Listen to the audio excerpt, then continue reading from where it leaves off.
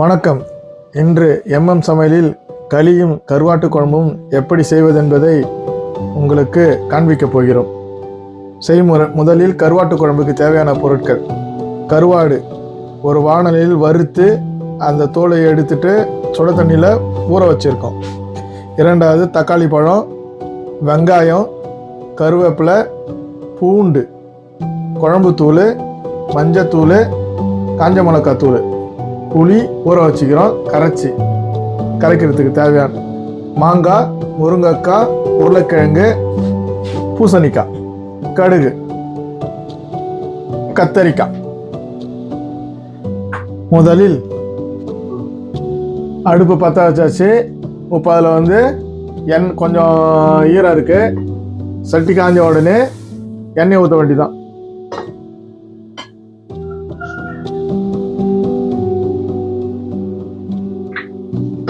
நல்லெண்ணெய் தேவையான அளவு.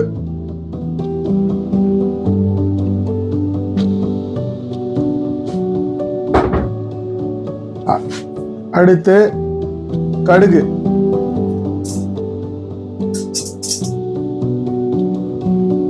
கடுகு நல்லா பொரிஞ்ச உடனே கருவேப்பிலை சேர்க்க வேண்டும்.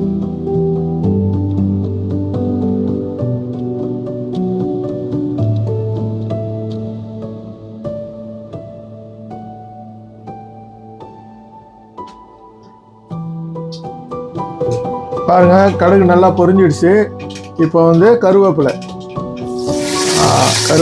உங்களுக்கு நல்லெண்ணெய் ஊற்றி செஞ்சாலும் செய்யலாம், தேங்காய் எண்ணெயிலையும் செய்யலாம்னு செய்யலாம், உங்களோட விருப்பம் தான். ஆனால் நாங்கள் நல்லெண்ணெயில் தான் செய்கிறோம். அடுத்து வெங்காயம்,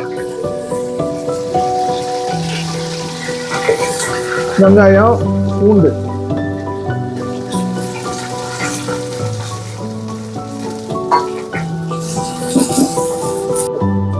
பாருங்க வெங்காயம் ஓரளவுக்கு வதங்கிடுச்சு.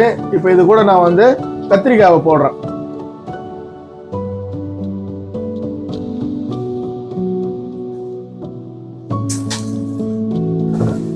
உங்களுக்கு தேவைன்னா மரவள்ளி கிழங்கு போடலாம், சக்கரவள்ளி கிழங்கு போடலாம். நாங்கள் கத்திரிக்காய், வாழைக்காய், அதான் மாங்காய், முருங்கைக்காய், உருளைக்கிழங்கு, பூசணிக்காய் இதெல்லாம் போட்டு நாங்கள் செய்கிறோம்.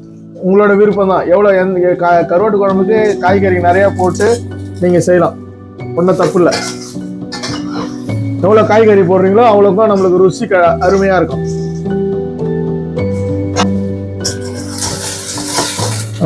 கத்திரிக்காய், பூண்டு, வெங்காயம் எல்லாம் நல்லா வதங்கிடுச்சுங்க. இப்போ இது கூட நாங்கள்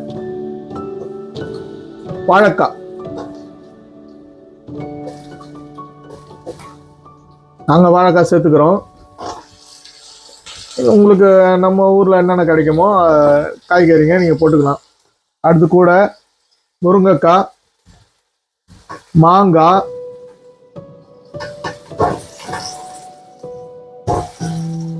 உருளைக்கிழங்கு, பூசணிக்காய்.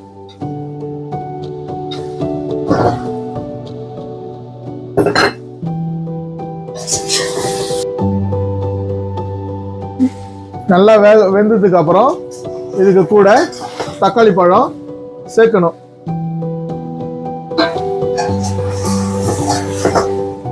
தக்காளி பழம் சேர்த்து கிண்டுக்கணும்.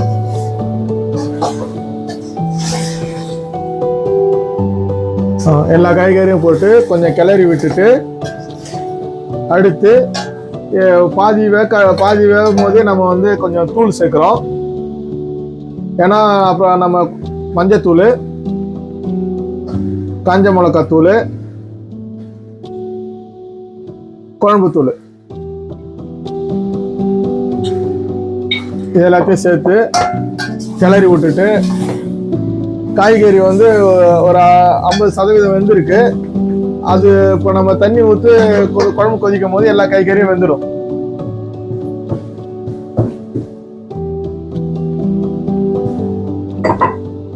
தேவையான அளவு உப்பு எல்லாத்தையும் கிண்டுமா. இப்போ இந்த புளி தண்ணி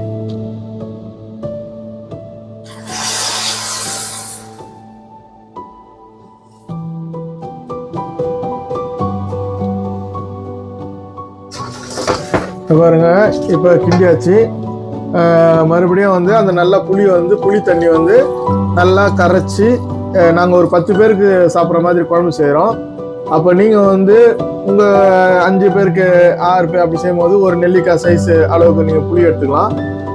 நாங்கள் வந்து 10 பேருக்கு தேவையான அளவுக்கு புளி நிறையா எடுத்து இப்போ கரைச்சி ஊற்றிட்டோம். அடுத்து கருவாடு, நாங்கள் ஏற்கனவே சொன்ன மாதிரி கருவாடு வறுத்து எண்ணெய் அலசி இப்போ சுட தண்ணியில் போட்டு வச்சுருந்ததை இப்போ நாங்கள் வந்து குழம்புல போட போகிறோம்.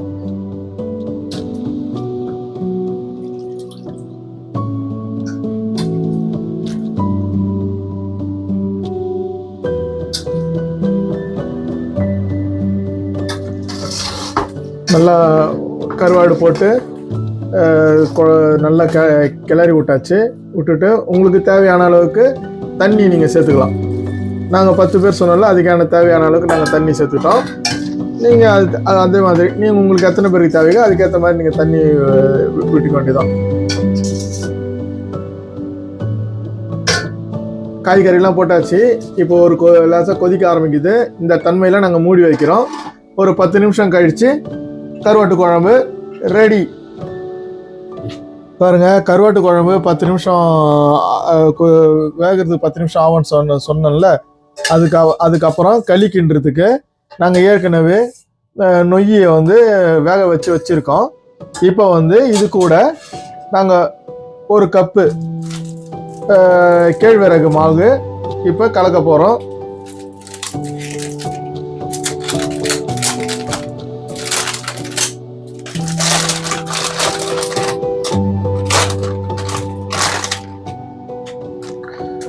ஒரு கப்பு கேழ்வரகு மாவு,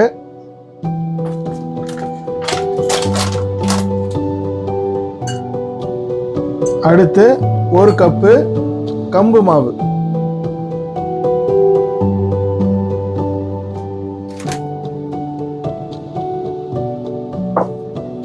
தேவையான அளவு உப்பு,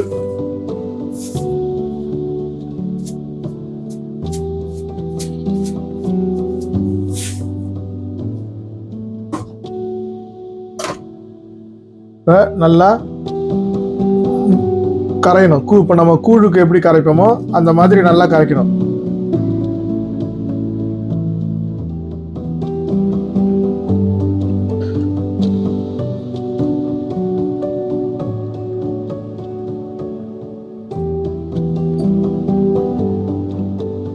பாருங்க, இப்போ வந்து நம்ம தண்ணி நல்லா கொதி வந்துருச்சு. இப்போ அது கூட நம்ம ஏற்கனவே கரைச்சி வச்ச மாவை அதில் ஊற்றி கிண்டுறோம்.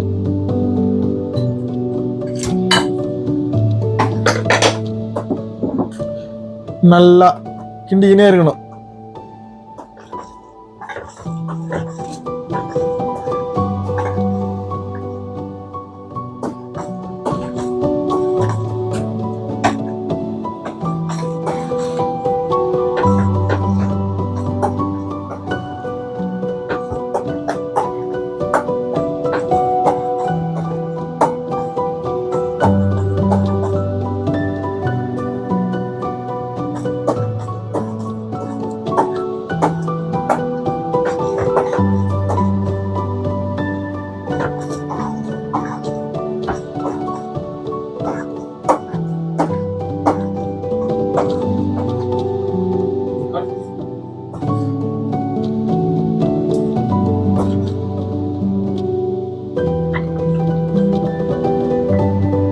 அது நல்லா கிண்டிக்கினே இருக்கணும், இல்லைன்னா கீழே இது தீஞ்சிரும்.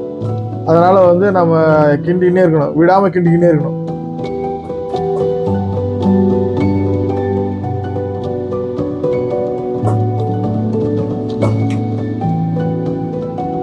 இப்போ நான் வந்து மரக்கரண்டியில் கிண்டுறேன். நல்லா கிண்டிக்கினே இருக்கணும். அது வந்து களி வந்து நல்லா இறுக்கமான தன்மை வர்ற வரைக்கும் கிண்டிக்கினே இருக்கணும்.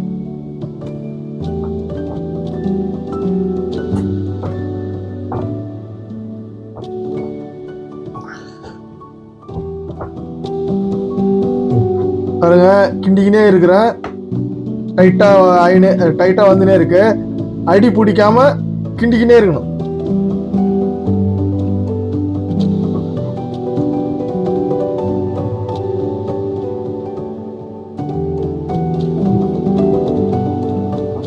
பாருங்க நல்லா டைட்டாக ஆயிடுச்சு. இப்போ நாங்கள் அடுப்பை நிறுத்திட்டு இப்போ கருவாட்டு குழம்பு அது வெந்துட்ட பிறகு இதையும் அதையும் கலந்து சாப்பிட போகிறோம். பாருங்க கருவாட்டு குழம்பு நல்லா காய்கறி எல்லாம் நல்லா வெந்துடுச்சு. சரி, ரெடி ஆகிட்டாரு.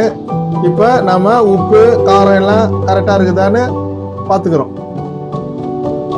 நல்லா இருக்குங்க, சூப்பராக இருக்குது. முடிஞ்சிடுச்சு கருவாட்டு குழம்பு. நிறுத்திட்டோம், அடுப்பை நிறுத்திட்டோம். கருவாட்டு குழம்பு முடிஞ்சிடுது. இப்போ மூடி விட்டுட்டு அடுத்தது களி பக்கம் போகணும். பாருங்க களி நல்லா கெட்டியாக கட்டிடுச்சு. இப்போ இந்த பதத்தில் நாம் பாருங்க இந்த கெட்டியான தன்மையில் நல்லெண்ணெயில் அப்படி போட்டு அப்படி நல்லா ஒரு உருட்டி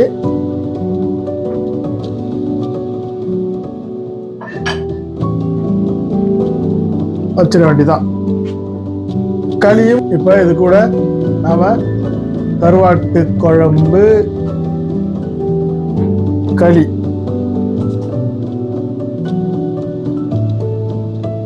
ரெடி ஆயிடுச்சு. சாப்பிட போறோம். சாப்பிட்டு சுவை எப்படி இதுன்னு நீங்க எங்களுக்கு கமெண்ட்ஸ் போடுங்க.